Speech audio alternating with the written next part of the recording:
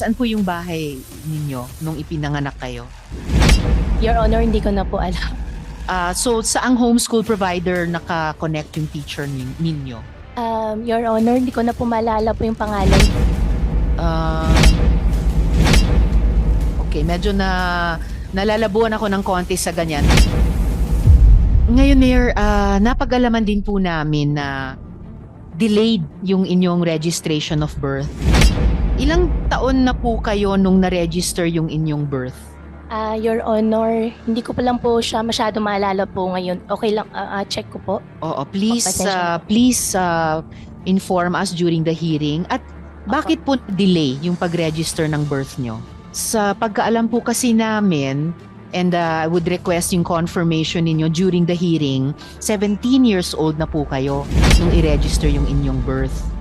So if you can confirm that during the hearing, tingin ko may halaga malaman bakit.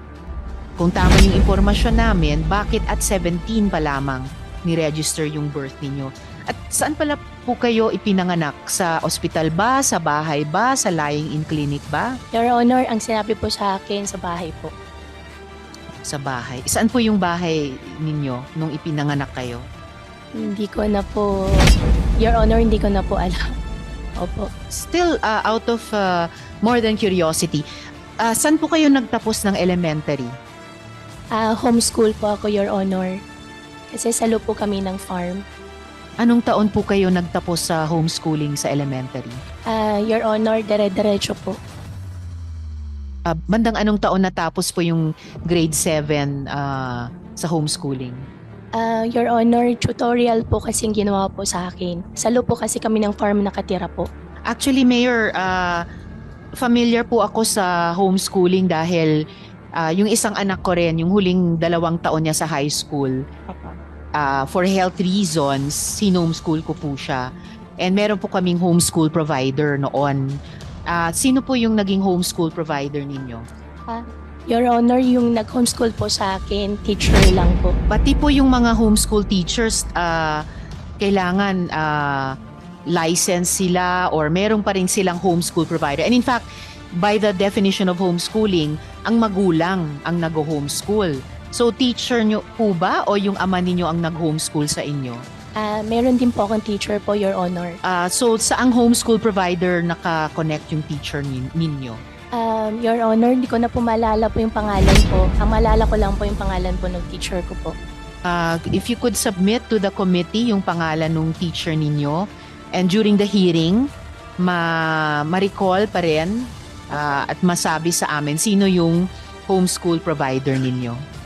Opo, Your Honor, ang teacher ko po si Teacher Rubilin. Teacher Rubilin. Opo.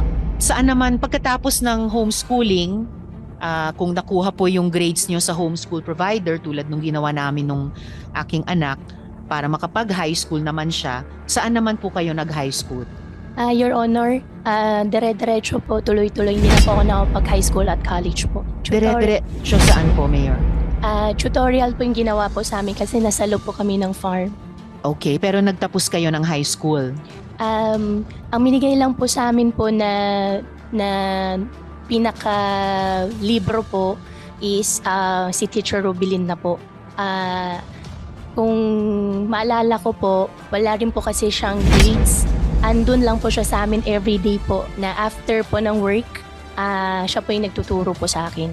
Kinilala ba ng DepEd yung pagtapos nyo sa high school sa pag-tutor ni Teacher Rubilin? Your Honor, hindi ko po alam. Ever since po, si Teacher Rubilin lang po yung nagturo po sa akin. Pero nung nagtapos kayo sa high school, may diploma kayo? Wala po.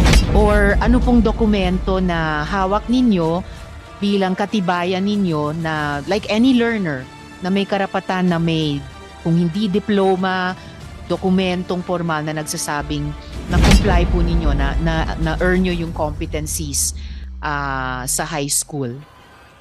Your Honor, wala po ako malala po na mayroon pong any records po. Okay, medyo nalalabuan ako ng konti sa ganyan dahil kahit bilang young person no, may karapatan kayo sa edukasyon, hindi lang sa edukasyon, pati yung katibayan ng nakamit ninyong edukasyon?